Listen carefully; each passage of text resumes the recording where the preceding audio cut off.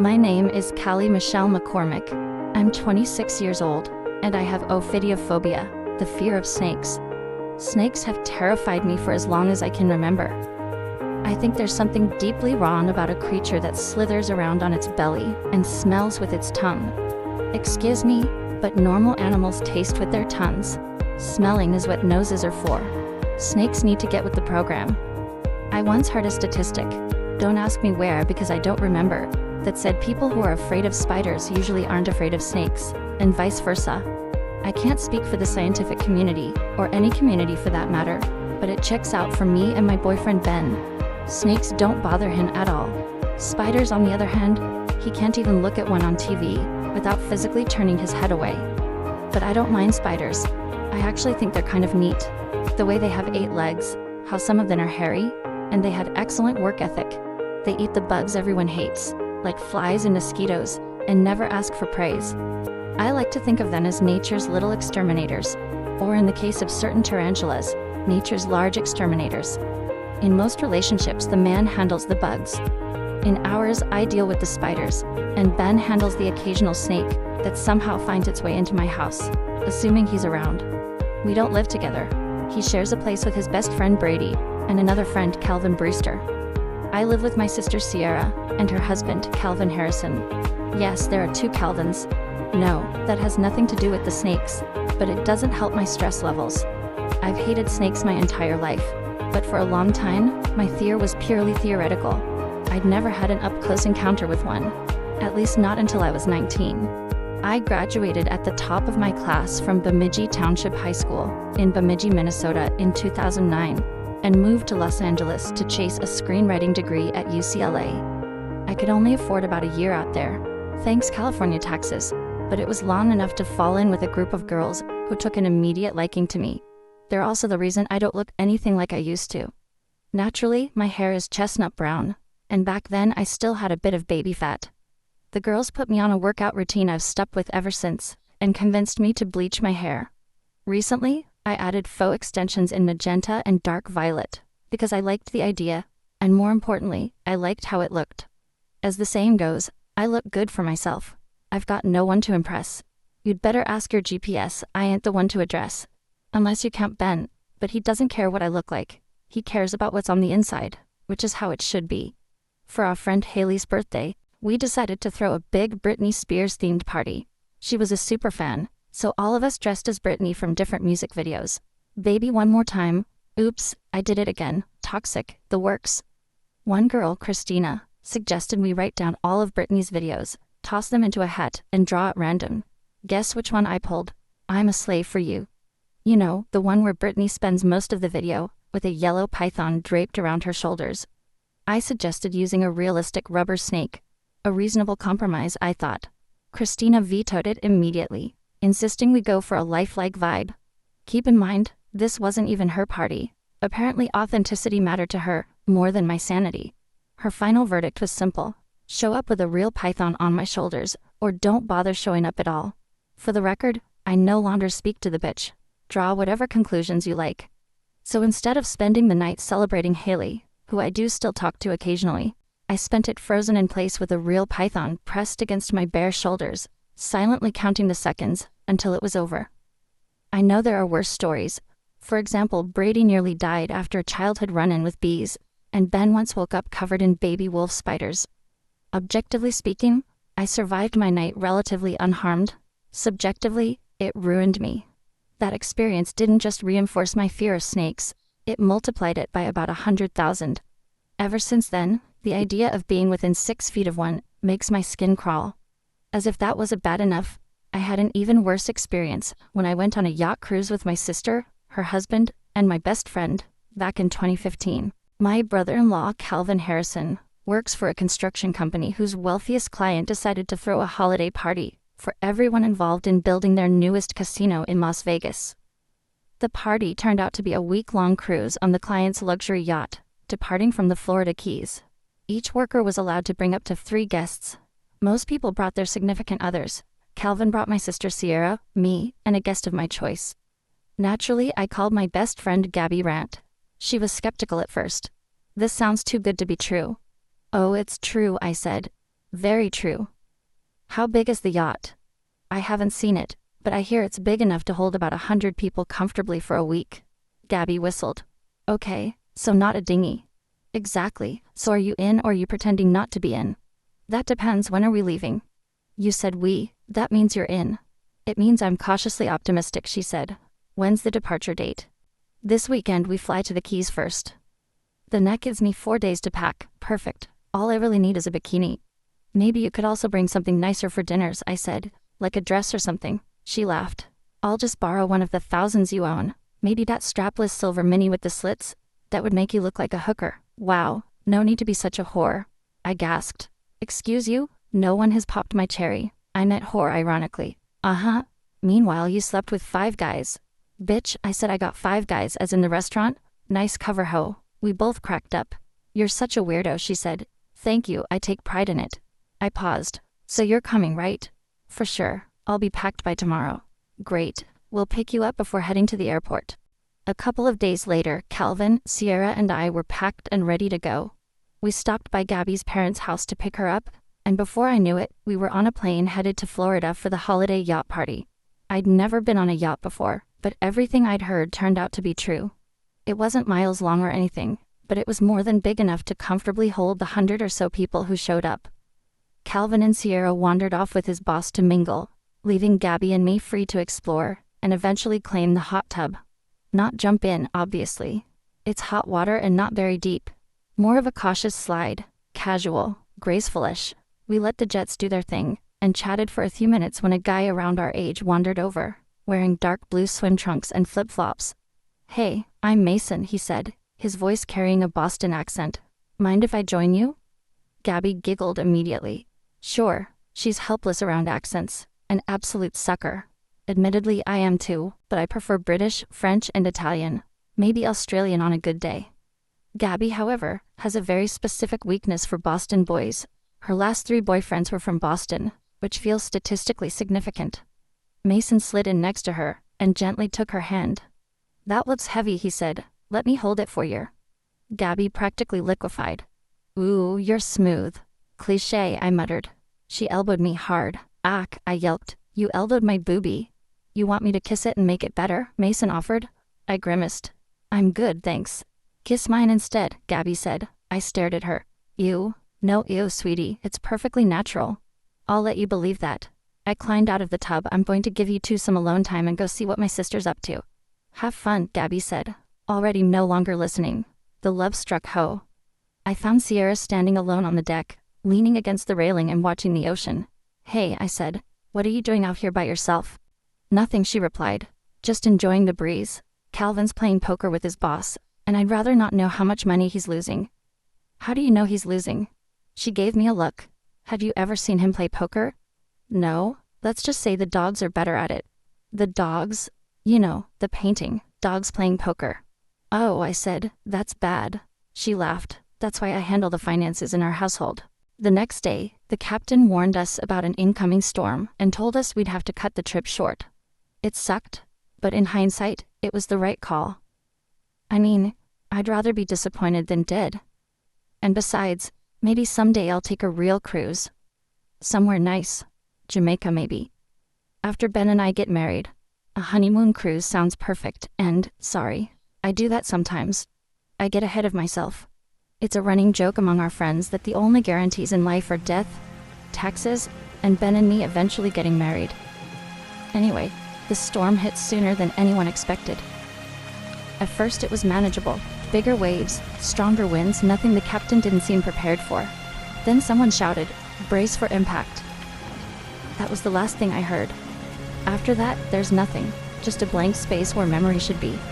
I woke up choking on seawater, with Calvin's face hovering inches from mine. He was getting me CPR. He jumped back when I coughed up all the water. Whoa, are you okay? I think so, I said between coughs. I glanced around. Sand, sky, too much sun. Where are we? Some island, he said. I haven't had the chance to explore it yet. Why not? He stared at me. Because I thought you were dead. Fair. And Sierra would have killed me if he did die. And my parents, I added. Yes, he said dryly. Them too. He stood. Can you get up? I tried. My legs immediately disagreed. Nope, they're not accepting instructions right now. Then stay put. I gave him a flat look. Where exactly would I go? Back into the ocean? Make like Ariel and dissolve into sea foam? Well, excuse everything out of me for being concerned, he said. And I don't remember The Little Mermaid ending like that. The original did, I said. The version the Brothers Grimm wrote. It's very dark and very upsetting. He wiped sweat from his forehead. That's fascinating, but I'm going inland to try and look for food, or people, or literally anything helpful. I saluted him weakly. I'll hold down the fort. What fort? It's a figure of speech. I sighed. Near-death experiences really mess with your brain. And apparently your manners, Calvin said. Sorry, it's the sea madness talking. There's no such thing. I'm at least 80% sure there is. He shook his head. I'll be back soon. Take your time, I said. Calvin headed inland to look for food or help, while I stayed on the beach, waiting for feeling to return to my legs. After what felt like forever, a shadow fell over me, blocking the sun. Excuse me, I said without looking up. Could you move? You're blocking my sun. Or, a female voice replied, I'm keeping you from getting heat stroke. I turned around and saw Sierra and Dabby standing there. If my knees had been fully operational, they probably would have given out. Oh my God, I said. I'm so relieved you're okay. Sierra grabbed my hands and helped me up. Same. I was terrified something happened to you and Calvin. She glanced around. Speaking of, where is Calvin? He went deeper into the island to look for food. Her face fell. Oh, good Lord, we need to find him. Why? Gabby asked. Isn't he an adult? Yes, Sierra said. But is he capable of navigating an uncharted island? Absolutely not. He's not Indiana Jones. Who is? Gabby asked. Harrison Ford, I said. Gabby shot me a look. That's not funny. I'm not joking, Sierra cut in. The point is, we need to find Calvin before it gets dark, and before he falls into a pit or eats something poisonous. Or both, Gabby added. Hopefully, Sierra said, already turning inland. The sun started to dip, which made trekking through a jungle on an uncharted island in the middle of nowhere significantly less appealing. Sierra managed to start a fire. Apparently her Girl Scout days were finally paying off, and we used it to fashion a couple of makeshift torches. That involved tearing strips from our shirts. Thankfully, survival had officially outranked vanity. Try not to burn the jumble down, Sierra told Gabby and me. That would create more problems than we need. I gave her a lazy salute. Yes, Mother. About 5 minutes later, cold droplets splashed against my arm. Oh, fuck me, I muttered. Shame there aren't any men around to help with that, Gabby said. Take that back before I light you on fire. She raised her hands. All right, damn. Being stranded really brings out your inner bitch. Funny, I said. Calvin said something similar before he wandered off. He said being shipwrecked makes you a bitch? Sierra asked. Not exactly, he said it makes me rude. And why would he say that? Because I may have called him dumb. Gabby nodded thoughtfully. If multiple people are telling you the same thing, there might be some truth to it. So you think Calvin's dumb too? No, she said. I think you're kind of a bitch when you're shipwrecked. She glanced back at me. But I still love you. I smirked. Nice save. Good thing this is a once-in-a-lifetime event. Then what's her excuse the rest of the time? Sierra asked. I don't know, I said. What's yours? Menopause. Sierra stopped walking. I immediately regretted everything in that moment. I'm going to pretend for your sake that I didn't fear that, she said slowly. And how is that for my sake? Because if I acknowledge it, I'll have to feed your mutilated body to the sharks. Wow. And I'm the bitch? Can you two stop trying to kill each other for 5 seconds? Gabby cut in. It's starting to rain. She was right. The drops were getting heavier. We need shelter, she added. Fast. Oh look, Sierra said, pointing. A cave. Great, I said, we can stay put until morning. Walking around in the dark with dying torches in the rain feels like a bad idea. I'm with Callie, Gabby said. These things are barely holding on. Sierra sighed. Yeah, you're probably right. Then she hesitated. But what about Calvin? What about him? Gabby asked. I'm worried. I'm sure he's fine, I said. Wasn't he an Eagle Scout? Yes, Sierra said. But I don't think they covered shipwrecks in the manual. They covered surviving in the wilderness if you get lost, I said. I contend that that still counts. She studied the cave entrance, then nodded. All right, you win. I do tend to from time to time. The rain picked up fast once we ducked into the cave. Within seconds, it went from scattered drops to a steady downpour. The kind that soaks through everything no matter how close you hug the walls. The cave was shallow, thankfully. and wide enough that we were shoulder to shoulder. Sierra tested the ground with her foot before stepping fully inside. "Looks stable," she said. "At least it's dry." That was when the torch sputtered. The flame shrank, hissed, and then flared once, too bright, too sudden, before settling into something weaker. The shadows along the cave walls jumped and stretched, crawling instead of moving naturally. Gabby frowned. "How much longer do those things have?" "Not long," Sierra said. "The fabric's already soaked from the rain." As if on cue, my torch flickered again. The smell hit a second later. Wet smoke, sour and wrong. "Awesome," I muttered. "Nothing says safety like losing our only light source in a weird cave." "Stop narrating," Gabby said. "It's not helping." The rain surged again, harder now, and the cave ceiling answered with a faint trickle somewhere above us. Drip, drip, drip. Sierra exhaled slowly. "We can't stay here all night." "What?" I hissed. "You just said, if the rain keeps up, this cave could flood," she said. "And whatever's back there is already closer than I feel comfortable with." Another scrape echoed from the darkness. Gabby squeezed my hand. "So what's the plan?" Sierra hesitated, just long enough for me to notice. "Then, we wait for a break in the rain. 5 minutes. If it doesn't ease up, we move." "And if it does?" I asked. "Then we still move," she said, "just with better footing." I swallowed. "Toward where?" Sierra stared out at the curtain of rain, then back into the black behind us. "Anywhere that isn't here." The scrape came again, closer, heavier. Then something slid into the edge of the remaining torchlight. At first, my brain refused to name it. It was just a shape. Thick, rope-like, moving with too much purpose to be rock or root. Then the torch flared weakly, and the light caught the pattern. Scales, large ones, olive and brown, broken up with darker diamonds that rippled as the body moved. The thing was coiled halfway out of the shadows, its girth wider than my thigh, maybe 2. "Oh," I breathed. The head followed. It wasn't reared up like in movies. It didn't need to be. It was already eye level with us, resting casually on a loop of its own body, tongue flicking out in short deliberate tastes of the air. It was a reticulated python. I knew that much, not because I was calm or brave, but because fear has a way of dragging trivia out of your skull at the worst possible moment. They could grow over 20 feet long. They could weigh more than a human being. And they hunted by grabbing, wrapping, and squeezing, until the prey couldn't breathe anymore. Gabby made a sound somewhere between a gasp and a prayer. Sierra didn't move, not an inch. "Nobody run," she said under her breath. The snake shifted again, slow and unhurried. More of its body slid into view, coils stacking on coils. It kept coming. There was more of it than there should have been. My stomach dropped. That's not normal-sized," I whispered. "No," Sierra said. "That's very much not." The python's tongue flicked again, longer this time. The torchlight reflected faintly in one dark, unblinking eye. It wasn't striking. It was deciding. The rain outside thundered louder, like the island itself was holding its breath. Then the snake moved, just a foot or two forward, but that was enough. I stumbled back without meaning to, my heels scraping stone. The sound was tiny, the reaction wasn't. The python's body tightened, coils drawing in on themselves, with terrifying speed. Its head lifted slightly, not aggressive, not yet, but alert. Sierra swore under her breath. "Callie, don't fucking move." I froze, heart pounding so hard I was sure it could feel it. The snake held still too. Seconds stretched, my legs shook.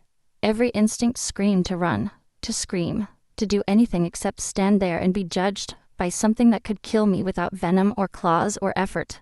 Finally, the python eased back, just a little, retreating into the darkness of the cave, like it was satisfied for now, like it knew where we were. Gabby exhaled shakily. "Please tell me that thing isn't following us." Sierra didn't answer right away. When she finally spoke, her voice was tight. "It doesn't have to." The python shifted again. That was all it took. "Now," Sierra hissed. "Slow, backward. Don't turn your backs." We moved inch by inch, the cave floor uneven beneath my feet. My torch sputtered, the flame shrinking dangerously low. Every step felt like a gamble. One wrong scrape, one slip, and I was dead weight. The snake followed. Not fast, not aggressive. Just enough to let us know it could easily keep up with us, like it was toying with us. Its body slid over stone with a dry, muscular sound that made my skin crawl. The head stayed level, tongue tasting, tracking us with unsettling precision. "I don't like this," Gabby whispered. "Neither does it," I said. My throat felt tight. It thinks we're leaving its house. Behind me, Sierra suddenly sucked in a breath. I bumped into her. What? She pointed. The cave narrowed. Jagged stone jutted out on both sides, forcing us into single file. If we went through, there would be no room to turn, no space to maneuver. The python paused. Then it began to coil tighter. Okay, Sierra said, voice sharp now. Change of plans. We run. What? Gabby squeaked. On 3. The torch in my hand flickered again. Once, twice. 1, Sierra said. The python's head dipped slightly. 2. The flame went out. 3. We bolted. I didn't see the snake move, but I heard it. Stone scraping, air rushing, something heavy surging forward. Gabby screamed as we burst out of the cave mouth into the rain-soaked jumble. Branches whipped my face. Mud sucked at my shoes. Behind us, the cave exploded with motion. Drop the torches, Sierra shouted. I hurled mine without thinking. It hit the ground, sparks flying, and for one blessed second the sudden flare lit up the cave entrance, but I saw that the python was halfway out. Its body poured forward like a living rope, thick and relentless, muscles rippling as it lunged after us. Gabby tripped. I grabbed her arm just as something yanked my backpack hard enough to spin me sideways. Fabric tore. I hit the ground, breath knocked out of me. Sierra dragged me up by my jacket as the backpack slid free, ripped clean off my shoulders. Leave it, she yelled. I didn't argue. We ran until my lungs burned and my legs screamed, until the jumble swallowed us whole, and the sounds behind us faded into rain and darkness. When we finally stopped, bent over and gasping, I realized my hands were shaking so badly, I couldn't unclench them. My bag, I whispered. Sierra met my eyes, rain plastering her hair to her face. You're alive. I nodded, swallowing hard. Somewhere behind us, deep in the jungle, something heavy shifted again. And I knew, without a doubt, we hadn't escaped it. We'd just gotten away, for the time being. I sank onto a rock, my heart still hammering. My backpack. I know, Sierra said gently. I'd pressed my palms into my eyes. My phone was in there. Gabby grimaced. Shit. And the snacks, I added. And the bandages, the antibiotic cream. Basically everything that made this exact scenario survivable. Sierra crouched in front of me. We still have clothes. We still have fire. We still have each other. That's very inspirational, I said weakly. But none of those things disinfect wounds. Gabby glanced down at my arm. Speaking of, which one of you wants to tell me when that happened? I looked. A long scrape ran along my forearm, already red and angry, streaked with dirt and leaf fragments. I hadn't even felt it. Oh, I said, that's new. Sierra's jaw tightened. We need to clean that. With what? I asked. My phone flashlight? You don't have your phone, Gabby reminded me.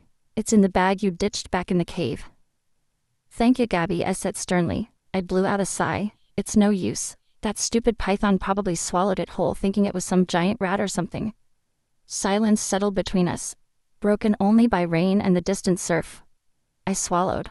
If the yacht's emergency beacon survived, my phone could have helped us triangulate where we are. GPS, compass, anything. And now it's snake food, Gabby said. Do not say that, I snapped. She winced. Sorry, bad timing. Sierra stood and scanned the beach. We're not going back for it. Not tonight, not ever if I had any say. I know, I said. I trailed off as another realization landed. The medical supplies, I said quietly. If Calvin's hurt. Sierra didn't answer right away. That's not on you, she said finally. You didn't throw it away. You were attacked. Almost attacked, I corrected. Callie, she said firm now. A python that size doesn't chase for fun. It was seconds away from having us for dinner. Gabby hugged herself. Can we agree that tonight officially sucks? No one argued. Thunder rolled somewhere offshore. Sierra rubbed her arms.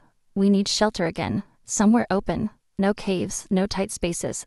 And preferably no surprise reptiles, I added. We'll stick close to the water, she said. There's fewer places for things to hide out here. I pushed myself to my feet, legs wobbling. Next time I pack for a trip, remind me to bring less eyeliner and more survival gear. Gabby chuckled despite herself. You did bring survival gear. You just donated it to the local wildlife. Then glanced back toward the jungle. Dark, dripping, and full of things I couldn't see.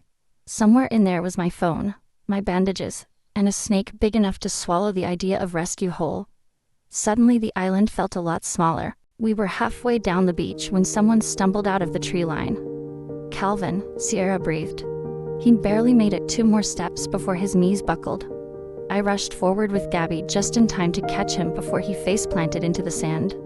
"Oh my God," Sierra said, grabbing his shoulders. "What happened?" Calvin winced as we eased him down. His shirt was torn, his arms scraped raw, and his right calf was already swelling beneath a nasty, bleeding gash. "I fell," he said, breathless. "I slipped and slid down a rock face near the wreckage. I think I hit coral." My stomach dropped. "The wreckage?" "Yeah," he said. "The yacht didn't sink completely. Part of it's wedged on the reef, maybe 50 yards offshore." Sierra's eyes lit up for half a second. "That's good, that's really good. There could be supplies." "No," Calvin said hoarsely. "We can't go back there." "Why not?" Gabby asked. Calvin swallowed. "Because something's nesting near it." The word nesting hit harder than Snake ever could have. I felt cold all over. "Define something." He looked at me then, really looked, and whatever he saw in my face made his expression tighten. "Whatever it is, it's huge," he said. "Long. It's thicker than my torso. I saw it coil around part of the hull." Gabby made a small broken sound. "That's not possible." "It is," Calvin said, "because I saw it move." Sierra's hands shook as she examined his leg. "We need to clean this. Do you have any supplies?" I didn't answer right away. "My backpack," I said quietly. It had bandages, antiseptic, antibiotic cream. Sierra froze. "Had? It's gone, remember?" I said. "I dropped it when we ran." Calvin's brow furrowed. "Ran from what?" I didn't want to say it. Gabby said it anyway. "A python. A huge one. One that has no business being that big." Calvin closed his eyes. "Then it's the same one." Silence fell, thick and suffocating. Sierra pressed her lips together. Okay, we can still do this. We'll rinse the wound with seawater. I know it's not ideal, but salt doesn't kill bacteria," I said. "It just makes you feel better about pretending it does." "Callie," she snapped. "I'm sorry," I said. "I'm trying not to panic." Thunder rolled in the distance, low and ominous. Calvin sucked in a sharp breath as Sierra tied a strip of torn fabric around his leg. "It was watching the water," he said. "Like it knew that's where people would come back." My throat went dry. "So," Gabby said slowly, "the wreckage, the one place with flares, radios, food, or literally anything useful, is guarded by a prehistoric nightmare." "Yes," Calvin said, "and our medical supplies are also near said nightmare." "Yes." I stared out toward the dark water. Somewhere out there was the broken spine of the yacht, and something wrapped around it, patient, heavy, and very much alive. "We can't ignore that leg," I said. "If he gets infected." "I know," Sierra said. Her voice cracked despite herself. "We were stranded. We were injured. Our best chance at rescue was blocked. And the island had just made it very clear. It wasn't done with us yet." Night came faster than it should have. One moment the horizon still held a smear of purple light, and the next, it was gone, swallowed by cloud cover and rain.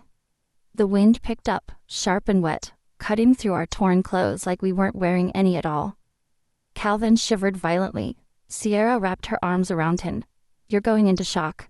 "I'm fine," he lied through clenched teeth. "No, you're not." I hugged myself, teeth chattering. "We can't stay exposed like this. If the rain keeps up, hypothermia becomes a real concern, even in the tropics." Gabby let out a hollow laugh. "Awesome. So we freeze to death or get eaten." Thunder cracked overhead, close enough that I felt it in my ribs. Then the water moved. Not waves, not current. Something displaced it. A long, slow ripple cut across the surface offshore, too deliberate to be natural. The moonlight caught it, just long enough for me to see the curve, the unmistakable rise of something massive sliding just beneath the water. "Oh no," Gabby whispered. "No, no, no, no." The water bulged, then a thick dark coil broke the surface near the wreckage, glistening as it wrapped lazily around a jut of broken hull. The yacht creaked softly, metal protesting under impossible weight. The snake lifted its head. It wasn't striking, it wasn't rushing, it was watching. My breath caught in my throat when I realized what was happening. "That thing's been in the water this whole time," Sierra said, "hasn't it?" Calvin nodded weakly. "Yeah." Another coil surfaced, then another. The body just kept going, easily 30 feet, maybe more, thick as a fallen tree, bigger than any python I'd ever seen, even in documentaries. Gabby's voice shook. "Snakes aren't supposed to do that." Reticulated pythons can swim, I said automatically. They've been known to hunt near shorelines in Southeast Asia or Indonesia. This is Southeast Asia. You don't know that. We took off from Florida. There's no way on earth that we could have made it to Asia in a matter of a day and a half. The snake shifted, tightening around the wreckage. Wood cracked. Something metal snapped free and splashed into the water. Calvin whimpered. Sierra looked at me, eyes wide and terrified. We can't go back there, we cannot. But we can't stay here either, I shot back. Look at him. Calvin's teeth were chattering uncontrollably now. His skin had gone pale, clammy. We need shelter, I said. Something dry, something to keep the wind out. Like a cave? Gabby said quietly. No, Sierra said instantly. Absolutely fucking not. Another wave of rain slammed into us sideways. The torches sputtered, flames shrinking dangerously low. Then what the fuck do you suggest? Gabby snapped. Because right now the beach is trying to kill us too. The snake's head turned slightly, as if in response. I felt something break loose in my chest. That wreckage has cover, I said, possibly enclosed sections still intact. And a monster wrapped around it, Sierra reminded me. Snakes are ambush predators, I said, forcing my voice to stay steady. They don't like expending energy unless they have to. If we stay together, move slowly. Callie, Gabby said, tears streaming down her face. You know damn well you're terrified of snakes. I know, Gabby, I fired back, but I'm more terrified of watching my brother-in-law die. Another thunderclap boomed, closer than before. Calvin looked up at Sierra, barely conscious. I don't want to be the reason. You're not, she said fiercely. You hear me? You're not. Please don't talk like that. The snake shifted again, sliding partially back into the water, disappearing, but not leaving, waiting. I swallowed hard. We only have two options, I said. Either we stay here and hope exposure doesn't kill us first, or we risk the wreckage, and everything guarding it. No one spoke. Rain soaked us to the bone. The surf hissed like a warning. Finally, Sierra nodded once. We move, she said. Slow, quiet, together. Gabby grabbed my hand. If I die, she whispered, I'm hunting both of you. I squeezed back. Fair. We stepped toward the water, and somewhere beneath the surface, something very large shifted to meet us. We didn't make it 10 steps into the water before it noticed us. The surface rippled again, closer this time, too close. Don't splash, I whispered. Even though my legs were already trembling so hard, the water shook around my calves. The snake's head lifted higher, moonlight catching the wet, scaled curve of its jaw. Its tongue flicked out once, twice, smelling. I locked up. Normal creatures paced with their tongues. My brain screamed uselessly. This is not normal. Callie, Sarah hissed. Keep moving. My voice cracked. I can't. The snake slid forward. Not fast. Never fast. Just enough to remind us it could. Gabby whimpered behind me. Calvin sagged heavier against Sierra's shoulder. I forced my feet to move. Step by step, we waded closer to the wreckage. Broken planks jutted out of the water like rips. The smell hit first. Fuel, rot, salt, and something coppery underneath. Blood. There, Sierra said quietly. That section, the hull split open. As we reached it, I realized why the snake had been so comfortable staying close. Inside the broken hull was a pocket of air and bodies. Trapped crew members floated half-submerged, tangled in debris, eyes glassy, mouths open in silent screams. Some had clearly drowned. Others, oh my God, Gabby choked. One of them twitched. The snake's tongue flicked again. It tightened around the hull. The yacht groaned. Callie, Sierra said urgently, we need supplies now. I spotted it then, a first aid kit. It was caught on a splintered beam just inside the wreckage, swaying gently with the water. Right next to the snake. No, I breathed. The snake shifted, coils sliding, making room, like it was offering the space. You're the smallest, Abby whispered. You're the only one who can fit in there and grab it. I shook my head violently. I can't do that. Thunder cracked overhead. Rain hammered the water flat. Calvin moaned. Sierra grabbed my face. If you don't, my husband and your brother-in-law might not make it through the night. The snake lifted its head again, higher now. Its body brushed my leg. I screamed. The sound ripped out of me before I could stop it. The snake reacted instantly. Water exploded as it surged, coils slamming against the hull. Wood snapped.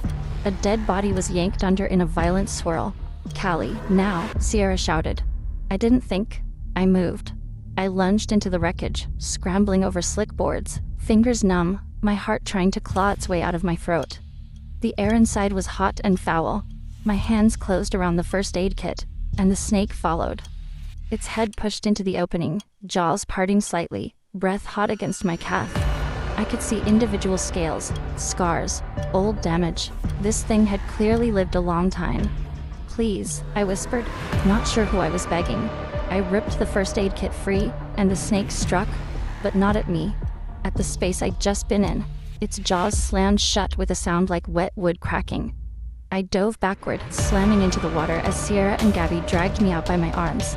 The snake recoiled, hissing, a deep vibrating sound that rattled my bones. We didn't wait. We fled, crashing through the surf, dragging Calvin, not stopping until the wreckage was distant and the jungle swallowed us again. Only then did the sound come. A long, low hiss rolling across the water. Not angry, satisfied. I collapsed onto the sand, sobbing, clutching the first aid kit to my chest. Sierra tore it open with shaking hands. Bandages, creams, food, life. Gabby stared back toward the ocean. "It let you go." I shook uncontrollably. No, it didn't let me go. It had learned. A chill ran up my spine, but it wasn't from the rain or the wind. It was from the knowledge that somewhere behind us, wrapped around the bones of the yacht, a creature older than fear itself, waited for us to make our next mistake. We didn't sleep. We pretended to, though. We set up a very primitive shelter with some walls made of driftwood, and a tarp that was in the first aid kit, to block as much wind as we could. We curled around Calvin in shifts, keeping a fire low, our backs to one another, but every sound dragged my eyes open. Leaves falling, water dripping, wind threading through the tarp canopy like breath. The jungle never went quiet. At some point near dawn, I realized something worse than the rain or the cold. The night sounds were moving, not randomly, not chaotically, but with us. I sat up slowly, heart thudding. "What is it?" Gabby whispered immediately. I didn't answer, I just listened. Then I heard it again, behind the trees, a deep, wet slide, followed by the faint snap of undergrowth being pressed aside, not broken. Too heavy for a boar, too slow for a cat, too deliberate for coincidence.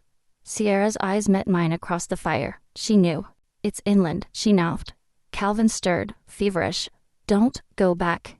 "No one's going back," Sierra whispered fiercely, tightening the bandage on his leg. "We're staying put." The sound came again, closer now. I swallowed. "It followed the shoreline last night." Gabby frowned. "How do you know?" "Because the water stopped moving when we did," I said. "And it started again when we left." That landed hard. "Are you saying it tracked us?" she whispered. "I'm saying it paced us." The fire popped. Somewhere beyond the tree line, something exhaled. Not a hiss this time. A slow, controlled release of air. Like patience. Sierra stood. "We move at first light. We need to get to higher ground, to a place with fewer blind spots. Maybe even a place where a plane or helicopter would be able to spot us." "And more trees," Gabby said. "Trees that this monster has to maneuver around," Sierra countered. "Not water it can glide through." I hugged my knees, fighting the urge to rock. "It didn't attack when it could have." "That's good, right?" Gabby asked. "No," I said. "That means it's learning." A branch creaked behind us. We spun around to see nothing there, just crushed ferns. All we could see was a disturbed trail that hadn't existed minutes ago. Sierra's voice dropped to a whisper. "It circled us." "Animals don't do that," Gabby said. "Predators do," I replied. "Smart ones." Another realization slid into place, ice cold. "It knew where the wreckage was," I said. "It positioned itself between us and supplies, between us and escape." Sierra stared at me. "You think it was guarding it?" "I think it understood value." The jumble shifted again, this time to our left, then to our right. Gabby pressed her hand over her mouth in realization. "It's hurting us." Calvin groaned softly, delirious. "Callie." I grabbed his hand. "I'm here." The sound stopped. Complete stillness, which was so much worse than noise. I felt it then, not heard, not seen. Felt. A pair of eyes on us. The fire guttered lower, and in the dark beyond the trees, something ancient and impossibly large adjusted its path, not toward where we were, but toward where we were going to be. I closed my eyes. For the first time since the storm, I understood the truth with terrifying clarity. This wasn't a monster we needed to escape. It was a problem we were being managed by, and it had decided we were worth the effort. Morning didn't bring relief, it brought clarity. The rain tapered off just enough for mist to cling to everything, turning the jungle into a wet, breathing thing. We packed quickly, avoiding eye contact with the tree line, and started inland toward higher ground. Sierra in front, Gabby supporting Calvin, me watching our back. We didn't get far. The ground ahead dipped sharply into a long, turned trench. Ferns were flattened. Vines snapped clean through. Mud was pressed smooth, like something massive had dragged itself through again and again. Sierra stopped short. That wasn't here last night. I stared at the trench. My mouth went dry. No, that was made. Gabby swallowed. Recently. The trail cut straight across our planned route inland. Blocked. Sierra scanned left, then right. Okay, we adjust, we skirt around it. We tried. 10 minutes later, we hit another one. Parallel. Deliberate. Like fences. Gabby's voice shook. It's boxing us in. No, I said quietly. It's redirecting us. Calvin stirred weakly. Where's the water? That's when I realized what direction all the disturbed paths curved toward. The shoreline. The snake wasn't stopping us from moving inland. It was encouraging us not to. My chest tightened. It doesn't want us in the jungle. Sierra turned slowly. Why not? Because we disappear there, I said. No witnesses, no patterns, no learning. A chill crawled up my spine. This thing reacts when we cluster, I went on. It waited when we were together. It struck when I broke formation. It followed our pace. It blocked routes we favored. Gabby stared at me. Are you saying it's reading us? I'm saying it's predicting us. We rounded a stand of trees and froze. Half buried in the mud was a boot. Old, sun-bleached, cracked leather, a human boot. Sierra crouched slowly, brushing mud aside. That's not from someone who was on the yacht. My stomach dropped. No, it's too old. Nearby, something metallic caught the light. I stepped close and felt my breath leave my body. I realized it was a rusted machete. Its blade snapped in half. The handle was wrapped in rotted fabric. Once a grip, now just threads. Gabby whispered, "People have been here." More than once, I said. Sierra lifted the boot gently. Inside, the sole was crushed inward, flattened. Nothing else was around. No body, no bones. Just tools, just signs, just absence. The jungle shifted behind us. Slow, measured. I didn't turn. I already knew what I'd see if I did. It doesn't kill everyone right away, I said. It watches first, learns routes, habits. Calvin groaned. Why us? I closed my eyes. Because we move, I said. Because we think, because we adapt. I slowly opened them again, and predators love a challenge. A low sound rolled through the trees. Not a hiss, not a strike, but a warning. Sierra straightened. We're not prey. No, I said softly. We were something worse than prey. And whatever ruled this island had decided to keep us right where it could study us best. It happened so fast it felt intentional. One moment we were clustered together, moving carefully along the edge of the jungle. The next, the ground behind us shifted. A violent crash tore through the trees to our right. Something heavy slammed into the undergrowth, snapping branches like twigs.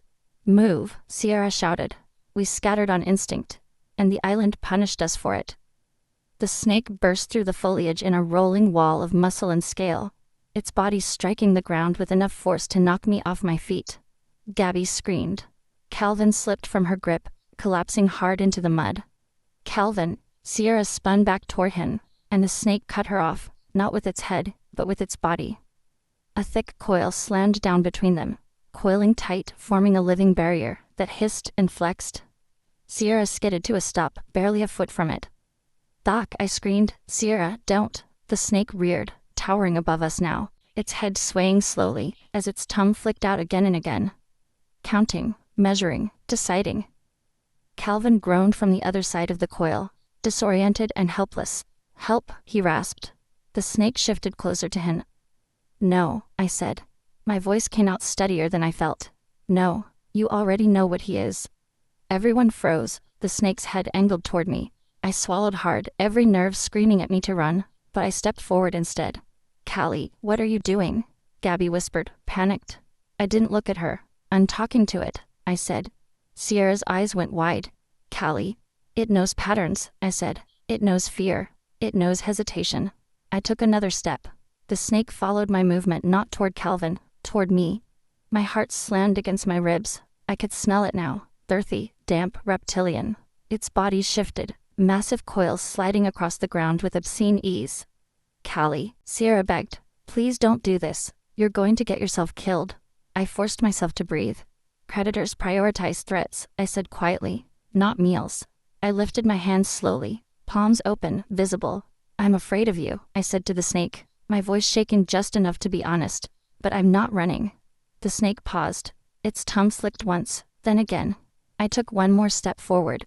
Every instinct in my body screamed, but the snake didn't strike. Instead, it followed. It redirected.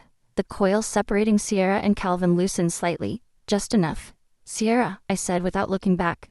Take him, now. She didn't hesitate. She dragged Calvin free as the snake's attention stayed locked on me, its head lowering, tracking every inch of my movement. Gabby sobbed softly. Oh my God, it's working.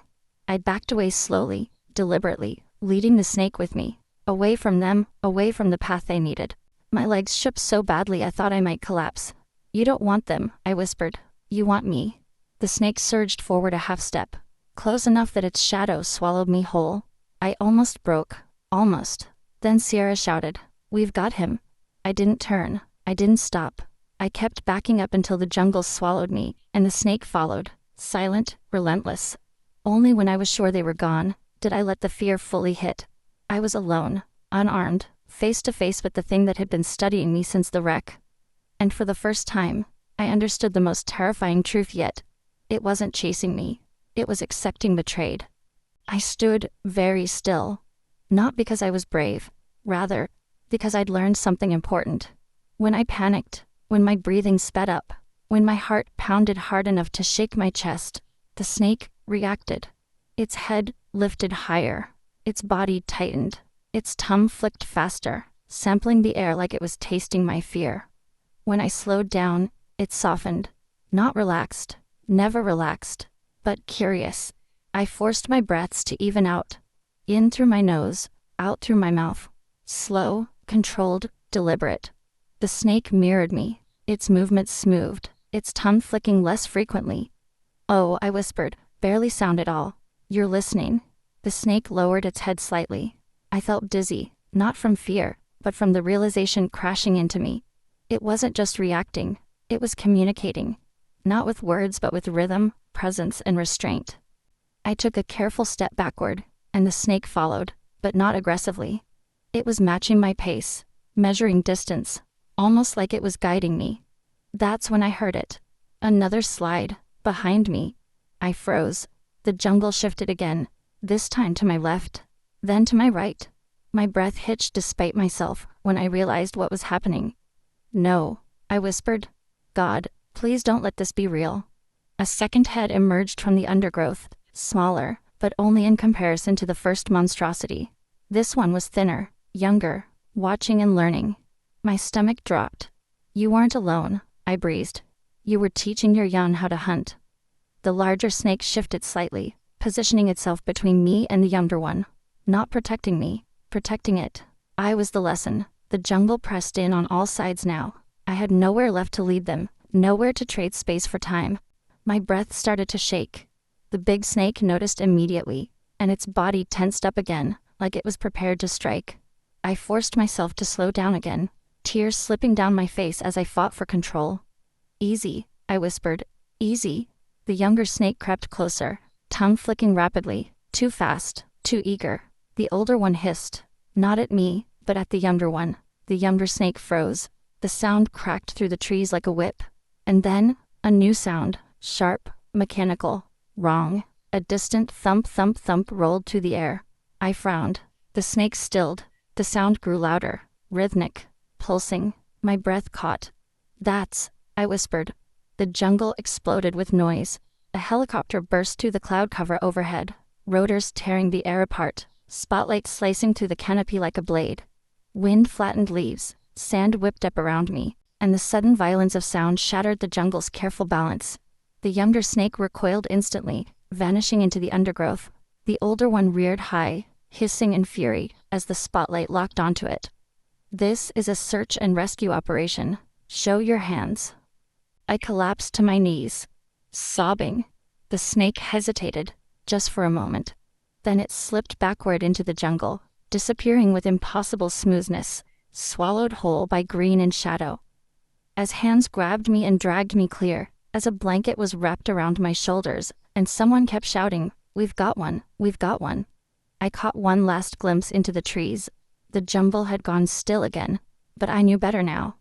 This island hadn't lost, it had simply let us go. As I was ushered into the helicopter alongside Gabby, Sierra, and Calvin, I realized that somewhere beneath the canopy, that ancient monstrosity remembered my breathing pattern and was waiting for the next lesson. By the grace of God, the 4 of us were rescued and taken to a hospital in Miami for immediate treatment. Calvin had the worst of it.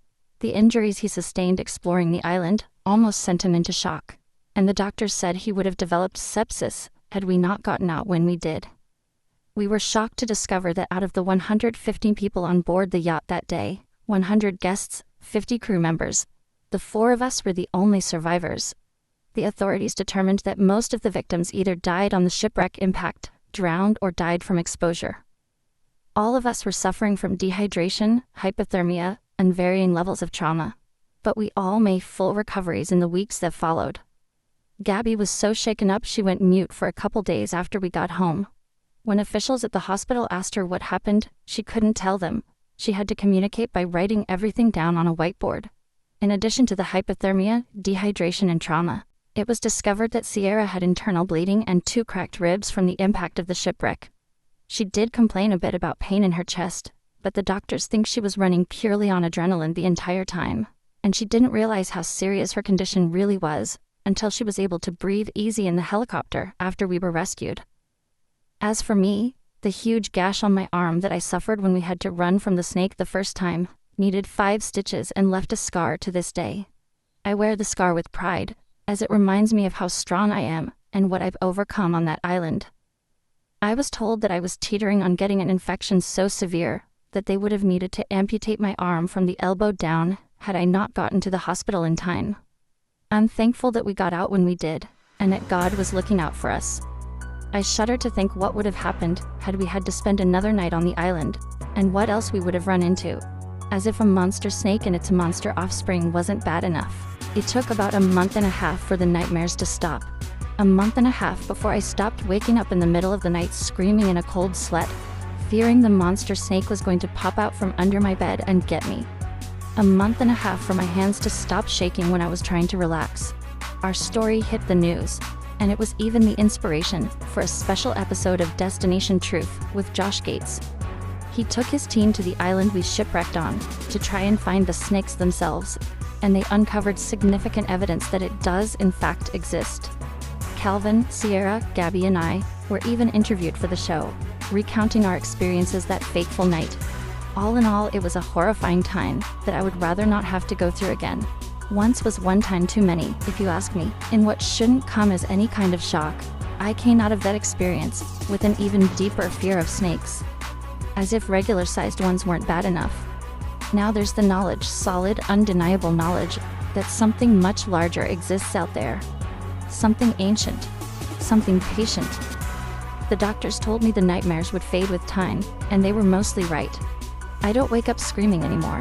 My hands don't shake unless I'm exhausted or stressed. I can walk past the reptile house at Kazoo without breaking into a cold sweat. But fear doesn't always leave. Sometimes it just changes shape. I still think about the island, not often, not on purpose, mostly in quiet moments, when the world goes still, and my breathing slows, and I remember how carefully I had to control it to stay alive. I couldn't find that island again even if I wanted to, which I don't. I tell myself that's enough, that distance matters, that whatever lived there has its territory, and I have mine. And most days that's true. But every once in a while, usually just before sleep, I catch myself holding my breath for a second too long, wondering if somewhere, far away, something remembers the sound of it.